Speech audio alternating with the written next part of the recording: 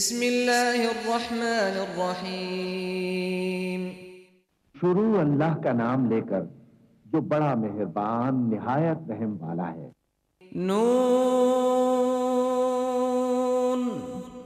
والقلم وما يسطرون ما أنت بنعمة ربك بمجنون وإن لك لأجرا غير ممنون وإنك لعلى خلق عظيم فستبصر ويبصرون بأيكم المفتون إن ربك هو أعلم بمن ضل عن سبيله وهو أعلم بالمهتدين فلا تطع المكذبين ودوا لو تدهن فيدهنون ولا تطع كل حلاف مهين هماز مشاء بنميم مناع للخير معتد أثيم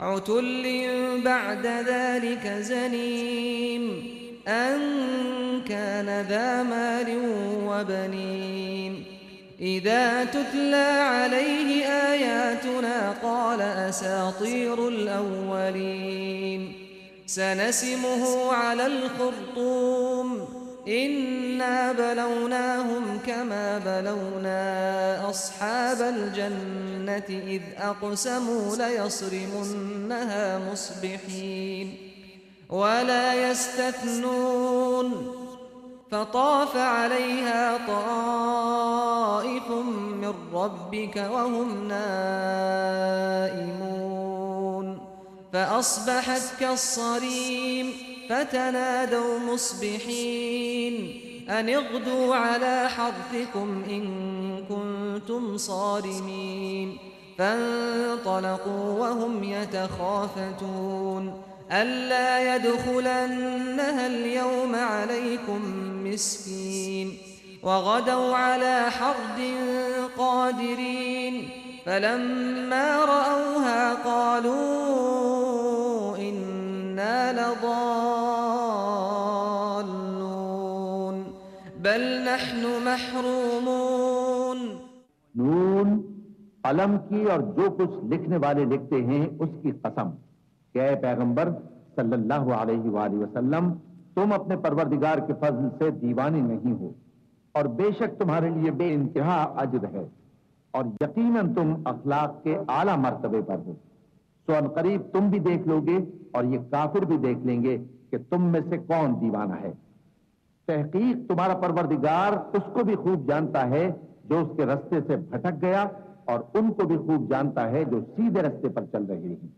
تو تم جھٹلانے والوں کا کہا نہ ماننا۔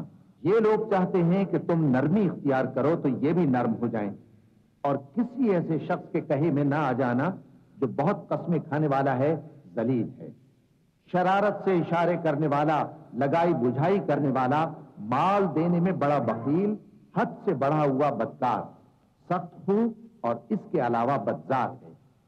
اس سبب سے کہ مال اور بیٹے رکھتا ہے، جب اس کو ہماری آیتیں پڑھ کر سنائی جاتی ہیں تو کہتا ہے کہ یہ اگلے لوگوں کے افسانے ہیں، ہم ان قریب اس کی اونچی ناک پر داغ لگائیں گے۔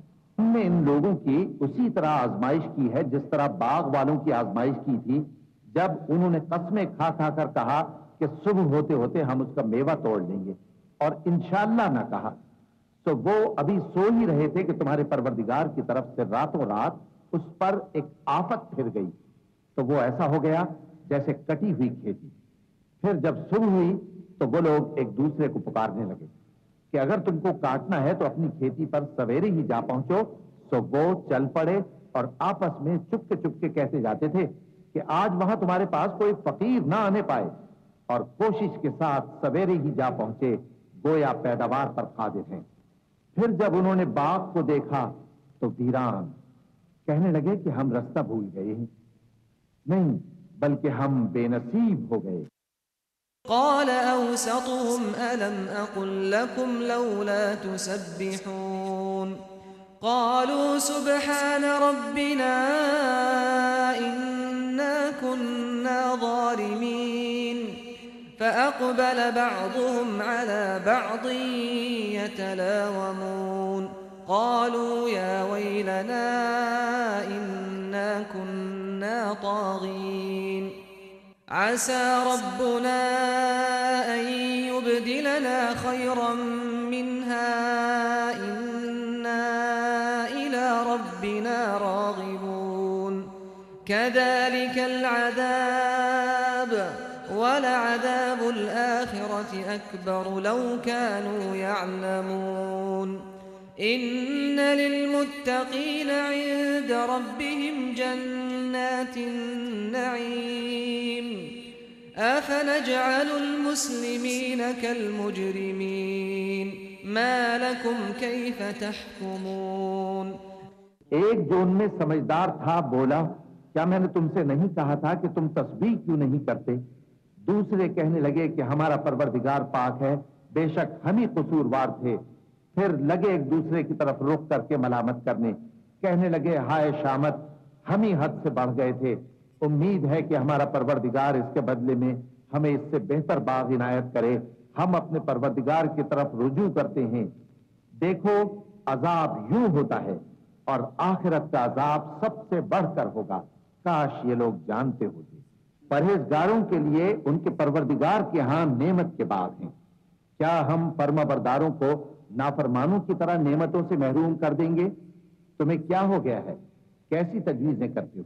أم لكم كتاب فيه تدرسون إن لكم فيه لما تخيرون أم لكم أيمان علينا بالغة إلى يوم القيامة إن لكم لما تحكمون سلهم أيهم بذلك زعيم أم لهم شركاء فليأتوا بشركائهم إن كانوا صادقين يوم يكشف عن ساق ويدعون إلى السجود فلا يستطيعون خاشعة أبصارهم ترهقهم ذلة وقد كانوا يدعون إلى السجود وهم سالمون کیا تمہارے پاس کوئی کتاب ہے جس میں یہ بات پڑھتے ہو کہ جو چیز تم پسند کرو گے وہ تم کو ضرور ملے گی؟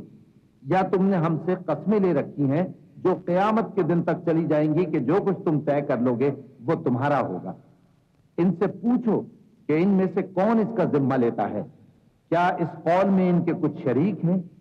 اگر یہ سچے ہیں تو اپنے شریکوں کو لے آئیں۔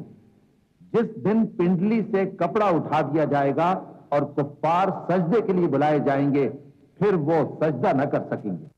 ان کی آنکھیں جھکی ہوئی ہوں گی اور ان پر ذلت چھا رہی ہوگی، حالانکہ پہلے اس وقت سجدے کے لیے بلائے جاتے تھے جبکہ وہ صحیح و سالم تھے۔ فذرني ومن يكذب بهذا الحديث سنستدرجهم من حيث لا يعلمون وأملي لهم إن كيدي متين أم تسألهم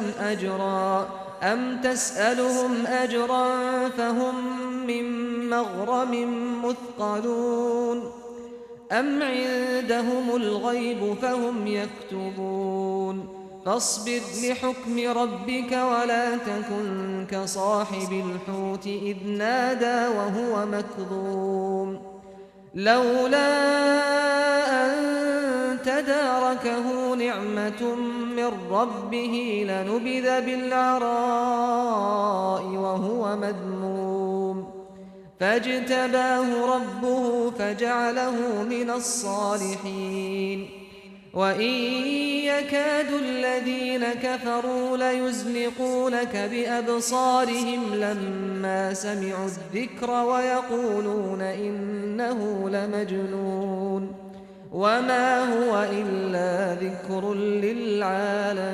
للعالمين۔ تو مجھ کو اس کلام کے جھٹلانے والوں سے سمجھ لینے دو۔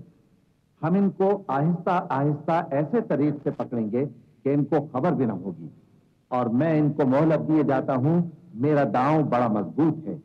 اے نبی، کیا تم ان سے کچھ معاوضہ مانگتے ہو کہ ان پر تاوان کا بوجھ پڑ رہا ہے، یا ان کے پاس غیب کی خبر ہے کہ اسے لکھتے جاتے ہیں؟ تو اپنے پروردگار کے فیصلے کا انتظار کیے رہو، اور مچھلی کا لقمہ ہونے والے یونس کی طرح نہ ہونا کہ انہوں نے اپنے رب کو پکارا جبکہ وہ دل ہی دل میں گھٹ رہے تھے۔ اگر ان کے پروردگار کی مہربانی ان کو نہ سنبھال لیتی تو وہ چٹیل میدان میں ڈال دیے جاتے مذموم حالت میں۔ پھر ان کے پروردگار نے ان کو برگزیدہ کر کے نیکوکاروں میں شامل کر لیا۔ اور کافر جب یہ نصیحت کی کتاب سنتے ہیں تو یوں لگتے ہیں کہ تم کو اپنی نگاہوں سے پھسلا دیں گے، اور کہتے ہیں کہ یہ تو دیوانہ ہے۔ اور لوگوں، یہ قرآن تمام جہانوں کے لیے نصیحت ہے۔